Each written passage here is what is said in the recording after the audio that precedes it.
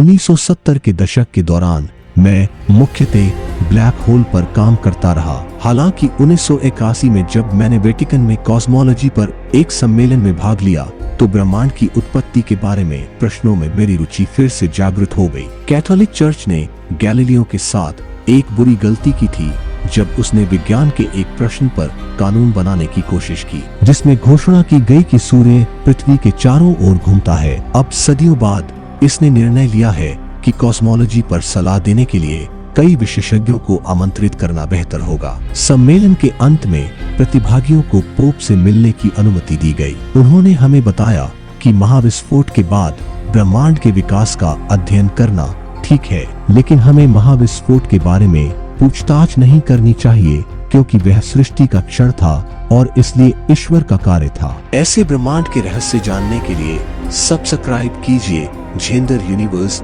Space documentary channel को और जुड़िए हमारे साथ। मुझे तब खुशी हुई कि वह उस भाषण का विषय नहीं जानता था जो मैंने अभी सम्मेलन में दिया था। मुझे गैलीलियो के भाग्य को साझा करने की कोई इच्छा नहीं थी। मुझे गैलीलियो से बहुत सहानुभूति है, आंशिक रूप से इसलिए क्योंकि मेरा जन्म उनकी मृत्यु के ठीक 392 साल बाद हुआ था। यह समझाने के लिए कि मेरा पेपर किस बारे में था, मैं सबसे पहले ब्रह्मांड के आम तौर पर स्वीकृत इतिहास का वर्णन करूंगा, जिसे होड बिग बैंग मॉडल के रूप में जाना जाता है। यह मानता है कि ब्रह्मांड का वर्णन फ्रीडमैन मॉडल द्वारा किया गया है। ठीक बिग बैंग के समय से ऐसे मॉडलों में पता चलता है कि जैसे जैसे ब्रह्मांड का विस्तार होगा, इसमें पदार्थ और विकिरण का तापमान कम होता जाएगा। चूंकि तापमान केवल कणों की औसत ऊर्जा का एक माप है, ब्रह्मांड के इस शीतलन का इसमें मौजूद पदार्थ पर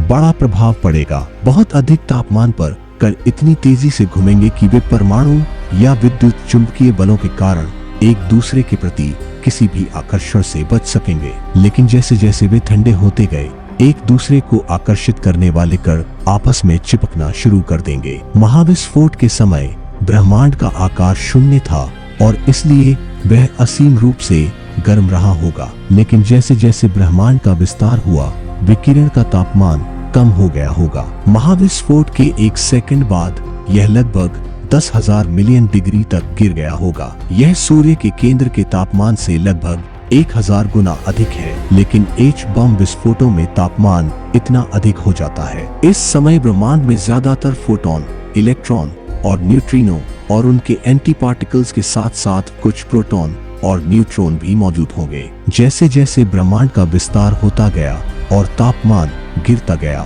जिस दर पर टकराव में इलेक्ट्रॉन और इलेक्ट्रॉन जोड़े उत्पन्न हो रहे थे, वह उस दर से कम हो गई होगी जिस दर पर वे विनाश द्वारा नष्ट हो रहे थे। इसलिए अधिकांश इलेक्ट्रॉनों और एंटी इलेक्ट्रॉनों ने अधिक फोटोन उत्पन्न करने के लिए एक दूसरे को नष्ट कर दिया होगा, केवल कुछ इलेक्ट्रॉनों को पीछे छोड़ दिया होगा। बड़े धमाके के लगभग सौभाग्यवती सेकंड बाद तापमान 1000 मिलियन डिग्री तक गिर गया होगा, जो सबसे गर्म तारों के अंदर का तापमान है। इस तापमान पर प्रोटॉन और न्यूट्रॉन के पास मजबूत परमाणु बल के आकर्षण से बचने के लिए पर्याप्त ऊर्जा नहीं होगी। वे ड्यूटेरियम या भारी हाइड्रोजन के परमाणुओं के नाभिक का उत्पादन करने के लिए एक साथ जुड़ना शुरू कर देंगे, जिसमें एक प्रोटॉन और एक न्यूट्रॉन होता है। फिर ड्यूटेरियम नाभिक ने अधिक प्रोटॉन और न्यूट्रॉन के साथ मिलकर हीलियम नाभिक बनाया होगा, जिसमें 2 प्रोटॉन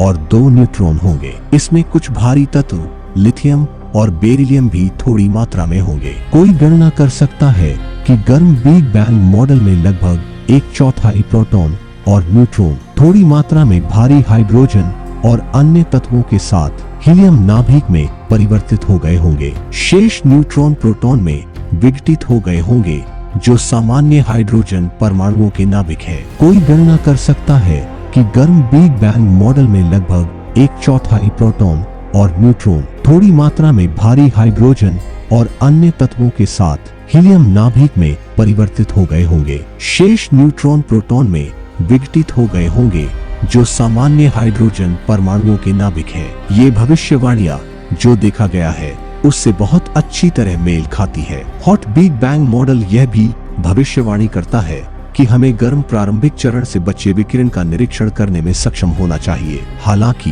ब्रह्मांड के विस्तार से तापमान परम शून्य से कुछ डिग्री कम हो गया होगा। यह विकिरण की माइक्रोवेव पृष्ठभूमि की व्याख्या है, जिसे 1965 में पेंजियास और विल्सन द्वारा खोजा गया था। इसलिए हम पूरी तरह से आश्वस्त हैं कि हमारे पास सही तस्वीर है। कम से कम बड़े धमाके के बाद लगभग 1 सेकंड तक महाविस्फोट के कुछ ही घंटों के भीतर हीलियम तथा अन्य तत्वों का उत्पादन बंद हो गया होगा और उसके बाद अगले 10 लाख वर्षों तक ब्रह्मांड का विस्तार होता रहेगा बिना कुछ खास घटित हुए। अंततः एक बार जब तापमान कुछ हजार डिग्री तक गिर गया तो इलेक्ट्रॉनों और नाभिकों के पास उनके बीच विद्युत चुंबकीय आकर्षण को दूर करने के लिए पर्याप्त ऊर्जा नहीं रह गई होगी।